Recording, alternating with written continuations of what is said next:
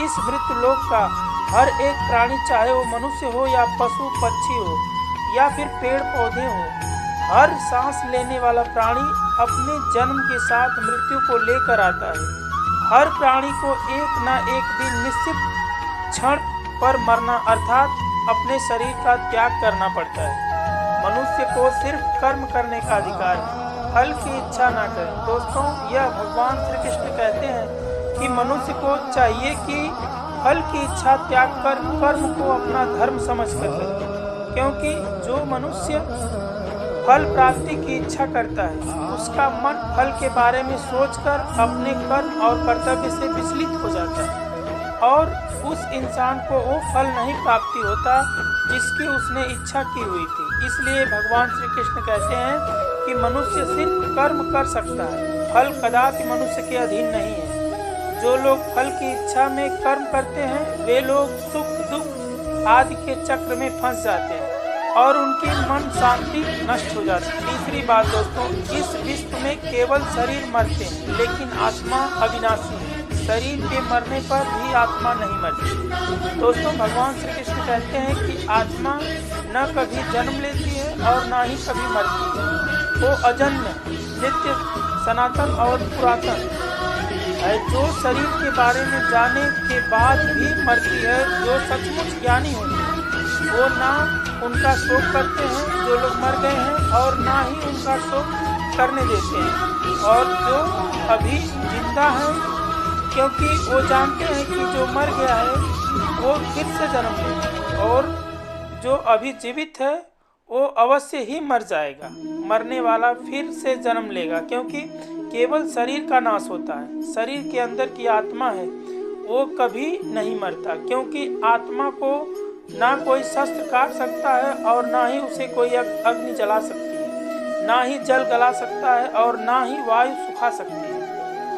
दोस्तों, यह भगवान श्री कृष्ण कहते हैं कि मनुष्य के शरीर का अदृश्य अंग का मन है जो कभी दिखाई नहीं देता, परंतु वह इस शरीर का सबसे शक्तिशाली हिस्सा है। मनुष्य को घमंड की मदिरा पिलाकर मदहोश करने वाला पाखंडी केवल ये मन ही है। उसके हाथों मोह माया का जाल जिसे वो मनुष्य की कामनाओं पर डालता रहता है और उसे अपने वश में करता रहता है। ये मन शरीर से भी मोह करता रहता है और अपनी खुशियों से भी अपने दुखों से भी मोह करता रहता है। खुशियों में खुशियाँ भरी गीत गाता है और दुखों में दुख भरे गीत गुनगुनाता है। अपने दुखों में दूसरों को शामिल करने से उसे खुशी मिलती है। किसी भी मनुष्य को उसका मन जीवन के अंत तक अपने जाल में निकलने नहीं देता है। अपने जाल से अपने रस्सी में बांधकर उसे तरह तरह से नाच नचाता रहता है। ऐसा तब तक होता है जब तक हम अपने मन के अधीन रहते हैं, तब तक हमारा मन हमें नाच नचाता रहेगा। मनुष्य का मन मनुष्य को इतनी फुर्सत भी नहीं देता कि वो अपने अंतर में झांककर अपनी आत्मा को पहचाने और आत्मा के अंदर जिस परमात्मा का प्रकाश है उस परमात्मा का साक्षात्कार करे। किसी भी जीवित प्राणी के लिए आवश्यक है कि प्राणी अपने मन को काबू करने और अपने अंदर झांककर अपनी आत्मा को देखे, तब उसके अंदर परमात्मा का प्रकाश जो है स्पष्ट दिखाई देगा और उसी को ही परमात्मा कहा जाता है। हमारा शरीर और मन कैसे काम करता है? दोस्तों, यह भगवान श्री कृष्ण कहते हैं कि मनुष्य का शरीर एक रथ की भांति है।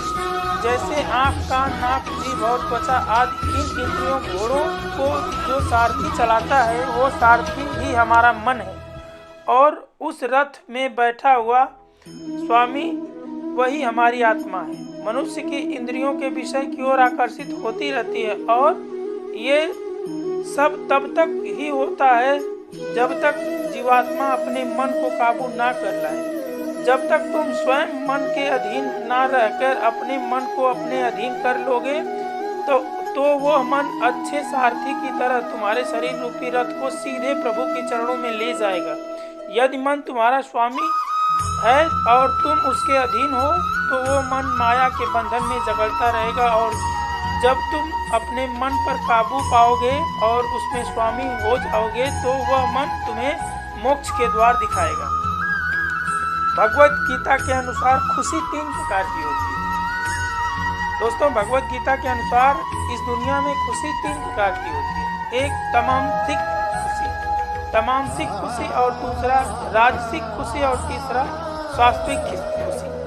आपको विस्तार से बता दूं दोस्तों, पहली खुशी जो तामसिक खुशी है दोस्तों, पहले प्रकार की तामसिक खुशी हमें ज़्यादा सोने से या ज़्यादा आलसी होने की वजह मिलती है, यानी आराम करने वाली खुशी। और जो राजसिक खुशी होती है वो दोस्तों किसी मटेरियल गोल को अचीव करने के बाद मिलती है, जैसे पैसा कमाना, गाड़ी खरीदना, दारू पीना आदि चीज़ें करने से जो हमें खुशी मिलती है उसे राजसिक खुशी कहते हैं।